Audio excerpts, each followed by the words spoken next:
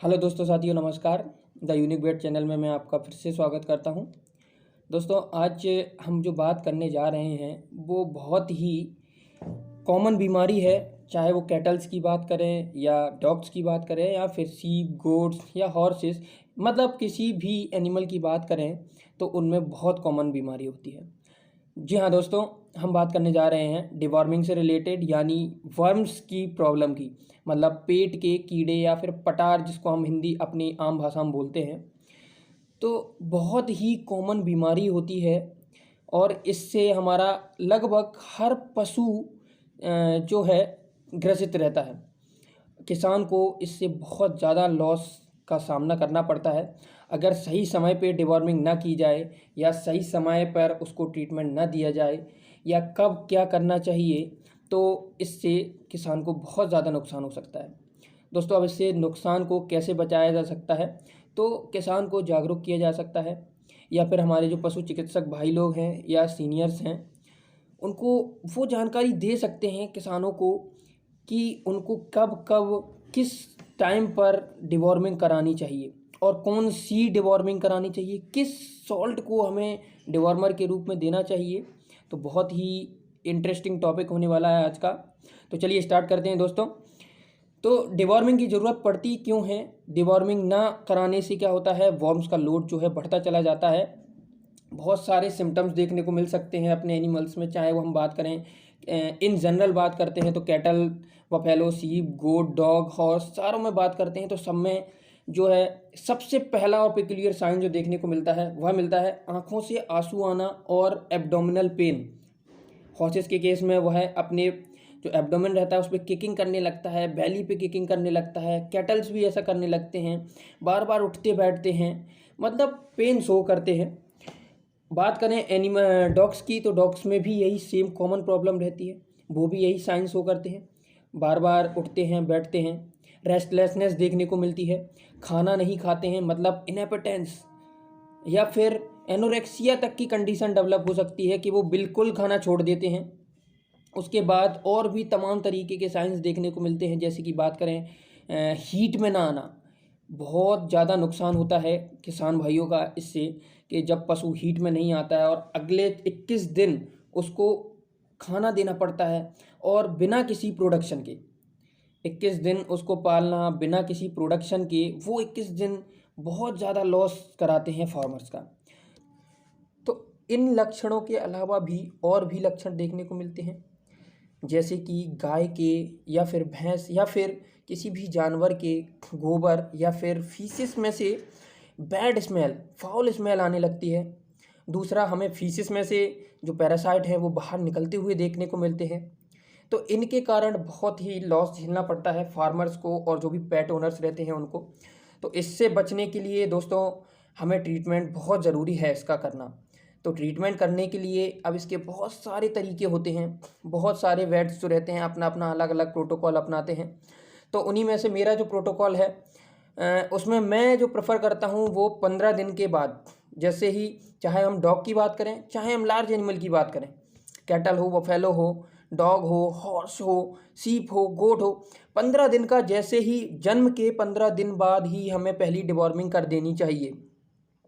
उसके बाद जब तक कि हमारा एनिमल, जब हम अगर हम डॉग की बात करते हैं तो जब तक वह 3 महीने का नहीं हो जाता है तो हर 15 दिन बाद हमें रिपीट करनी होती है डिवॉर्मिंग। अब 3 से 6 महीने के बीच में हमें उसको हर 1 महीने के बाद रिपीट करना पड़ता है। डिवॉर्मिंग जो करते हैं, जो भी डिवॉर्मर अभी हम बात करेंगे आगे, जो भी डिवॉर्मर हम यूज़ करते हैं उसको हमें 1 महीने बाद रिपीट करना पड़ता है। जब हमारा डॉग 6 महीने से बड़ा हो जाता है तो उसको हमें 3 महीने के बाद, हर 3 महीने के बाद लाइफ टाइम तक इसको रिपीट करना पड़ता है। तो दोस्तों ये तो हुआ हमारी डॉग्स से रिलेटेड डिवॉर्मिंग का शेड्यूल। इसके बाद बात करते हैं कैट्स की। तो कैट्स में भी सेम जो प्रोटोकॉल है यही फॉलो होता है। अब बात करते हैं हम लार्ज रूमिनेंट्स की, लार्ज एनिमल्स की, जैसे कैटल, बुफेलोज। तो दोस्तों इनमें भी 15 दिन से ही स्टार्ट कर देनी चाहिए डिवॉर्मिंग। जन्म के 15 दिन के बाद हमें पहला डिवॉर्मर देना है। 15 के बाद इसको हमें महीने बाद, 1 महीने बाद रिपीट करना है। 1 महीने, जब तक कि एनिमल 6 महीने का नहीं हो जाता है हमें हर महीने रिपीट करना है और 6 महीने के बाद हमें इसको 3 महीने बाद रिपीट करना पड़ता है। कुछ डॉग ओनर्स या फिर पेट्स ओनर्स या फिर हम बात करें वेटनेरियंस, तो उनका यह मानना रहता है कि जब डॉग 1 साल का हो जाता है तो हम उसको 6 महीने के बाद रिपीट कर सकते हैं डिवॉर्मिंग को, या नहीं कर सकते हैं। जी हाँ, कर सकते हैं। डॉग्स के केस में कोई बात नहीं है, 6 महीने के बाद भी आप डिवॉर्मिंग करेंगे तब भी आपको इफेक्ट देखने को मिलेगा। लेकिन जो 3 महीने के अंतराल पे करते हैं उसमें बहुत अच्छे रिजल्ट्स देखने को मिलते हैं। आगे अब हम बात करते हैं ट्रीटमेंट की। तो डिवॉर्मिंग जो रहती है बॉडी वेट से डायरेक्ट कोरिलेशन रहता है इसका। अगर डॉग 10 किलो के नीचे है तो उसमें अलग डिवॉर्मर यूज़ करते हैं, और 10 किलो के ऊपर हो जाती है तो अलग यूज़ करते हैं। मैं कुछ 1-2 ब्रांड भी आपको बता देता हूँ। जैसे कि अगर 10 किलो के नीचे है तो हम किवो पपी जो सिरप आती है उसको हम 1 ml पर केजी बॉडी वेट के हिसाब से डॉग्स को दे सकते हैं। उसके बाद अगर आगे बात करते हैं, अगर डॉग का वेट 10 किलो के ऊपर हो जाता है तो जो भी किवो प्लस आती है टैबलेट, किवो प्लस आती है, ड्रोंटल प्लस आती है, ऐसे ही उसमें बात करते हैं तो उसमें भी ड्रोंटल पपी आती है 10 किलो के नीचे अगर वेट है तो। 10 किलो के ऊपर की बात करें तो ड्रोंटल प्लस होती है, किवो प्लस होती है। इनको 10 किलो जो रहती है एक टैबलेट पर 10 kg बॉडी वेट पे हम इसको इंजेक्ट या फिर ओरली दे सकते हैं। अब कैट्स की बात करें तो सेम ऐसा ही ड्रग जो डोज रेट रहता है कैट्स में भी यूज़ होता है। बस अंतर इतना होता है कि कैट्स में हमें फेवेंटल और फेनबेंडाजोल यूज़ नहीं करना है। बात करते हैं अब लार्ज यूमिनेंट्स की, मतलब कैटल और बुफेलोज की। तो इनमें हम as a dewormer generally albendazole use करते हैं क्योंकि इसका बहुत अच्छा इफेक्ट देखने को मिलता है। और भी डिवॉर्मर्स हैं जैसे कि फेनबेंडाजोल है, ऑक्सफेंडाजोल, लीवामिसोल, टेट्रामिसोल, डाइक्लोरफिन, पायरेंटल पाओमेट, क्लोसेंटल, आइवरमेक्टिन, डोरामेक्टिन, बहुत सारे डिवॉर्मर्स अवेलेबल रहते हैं। ये मैंने आपको सॉल्ट्स बताए हैं। मार्केट में कुछ प्रिपरेशंस इनकी आती हैं, वह भी मैं आपको साथ शेयर करता हूँ। जैसे एल्बेंडाजोल के लिए एल्बुमार जो कि 30 ml और 5 लीटर के कॉम्बिनेशन में आती है। एल्बेंडोज जो आता है उसका बोलस आता है, वो जनरली कितना आता है 3 ग्राम या फिर 30 ml का आता है, 1 लीटर का आता है। उसके अलावा और भी हैं, जैसे कि अगर हम बात करें बेल्वाजोन होता है, तो ये जो रहता है 50/600 mg के आते हैं।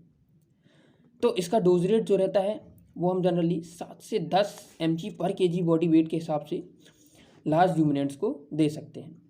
इसके बाद बात करते हैं दूसरा जो प्रिपरेशन आता है, जो ब्रांड दूसरा है जो पेनाक्योर रहता है, टैप पेनाक्योर, जो कि जनरली 1.5 ग्राम और 150 mg के कॉम्बिनेशन में आता है। और दूसरा ये जो पेनाक्योर है इसमें सॉल्ट जो एक्टिव सॉल्ट्स रहता है वो रहता है फेनबेंडाजोल। इसको हम जनरली 7 to 10 इसको भी, या 5 to 10 mg पर kg बॉडी वेट पर ओरल इसको भी हम दे सकते हैं। और भी रहते हैं फेनबेंडाजोल के सॉल्ट्स, जैसे फेंटास रहता है और क्यूरामिंथ रहता है 1.5 ग्राम और 150 mg ये भी आता है। उसके बाद बात करते हैं तो ऑक्सफेंडाजोल जो रहता है इसका भी ऑक्सफेंडाजोल बोलस आता है 2.5 ग्राम का, 2.2 ग्राम का सॉरी आता है। इसके भी डोज रेट सेम यही रहता है, 5 से 10 mg पर kg बॉडी वेट हम दे सकते हैं। आइवरमेक्टिन की बात करते हैं तो आइवरमेक्टिन का हाईटेक नाम से आता है। हाईटेक प्लस जो आता है वो आइवरमेक्टिन और प्राजिक्विंटल का कॉम्बिनेशन में आता है, जो जनरली हम इसको डॉग्स में प्रेफर करते हैं। तो एक टैबलेट हम पर 10 kg बॉडी वेट से पर ओरली हम इसको दे देते हैं। टैब इजी पैड भी आता है, इसको भी हम जनरली डॉग में प्रेफर करते हैं। एक टैब पर 10 kg बॉडी वेट के हिसाब से देते हैं। इसमें प्राजिक्विंटल और पायरेंटल प्लस फेनबेंडाजोल रहता है, तो ये अच्छा इफेक्ट रहता है इसका राउंड वर्म और टेप वर्म्स के लिए।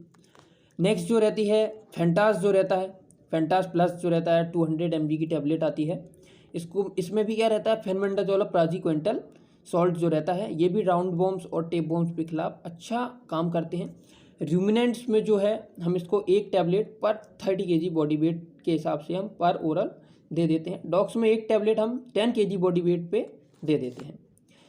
और भी बहुत सारी हैं जैसे कि पिप्राजीन जो आता है 30 ml आता है, 500 ml आता है, पिप्रोल के नाम से आता है 500 ml आता है, 5 लीटर आता है। ये भी हम जनरली जो रूमिनेंट्स रहते हैं या हॉर्सेस रहते हैं उनमें 110 mg पर केजी बॉडी वेट देते हैं, पर ओरल देते हैं। डॉग कैट्स में इसका डोज का ज़्यादा होता है, 150 mg पर केजी बॉडी वेट पर ओरल। दोस्तों ये हुई हमारे डिवॉर्मर्स से रिलेटेड बात। अब दोस्तों बात ये होती है कि डिवॉर्मर्स हमको देना कब है। ये जो तरीका मैं आपको बताने जा रहा हूँ शायद ही आपको कोई यूट्यूबर आपको बताएगा, क्योंकि ये बहुत ही इम्पोर्टेंट तरीका होता है। जो डिवॉर्मर खिला तो पिला सभी देते हैं, लेकिन उसका इफ़ेक्ट कभी कभी नहीं आता है। तो उसको इफ़ेक्ट को और एनहांस करने के लिए हम क्या कर सकते हैं कि भाई आज हमको अगर डिवॉर्मर देनी है तो हम कल रात को अपने एनिमल को गुड़ या फिर चीनी खिला देंगे और दूसरे दिन सुबह हम खाली पेट अपने एनिमल को डिवॉर्मर देते हैं। डिवॉर्मर देंगे, उसके 3 घंटे तक हम उसको खाने पीने के लिए कुछ नहीं देंगे। उसके बाद हम उसको, जो लार्ज एनिमल की बात कर रहा हूँ मैं ये, उसके बाद हम उसको कोर्स डाइट यानी कि हम उसको भूसा दे सकते हैं। भूसा देंगे, भूसे के बाद हम उसको स्टार्ट कर देंगे। जो भी नॉर्मल रूटीन में आप दे रहे हो डाइट उसको आप दे सकते हैं। इससे बहुत अच्छा इफेक्ट देखने को आपको मिल जाएगा।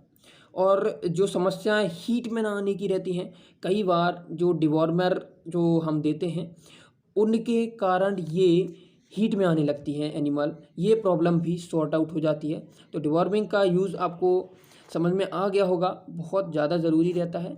तो मेरी आपसे रिक्वेस्ट भी है और मैं सलाह भी दूंगा कि प्रॉपर डिवॉर्मिंग अपने एनिमल, चाहे वो पेट हो चाहे वो लार्ज एनिमल्स हो, उनकी करानी चाहिए। तो डिवॉर्मिंग तो हमने कर दी। अब इस जो हमने दवा दी है इनका इफ़ेक्ट पड़ता है ऑर्गन्स पे, जैसे लीवर है।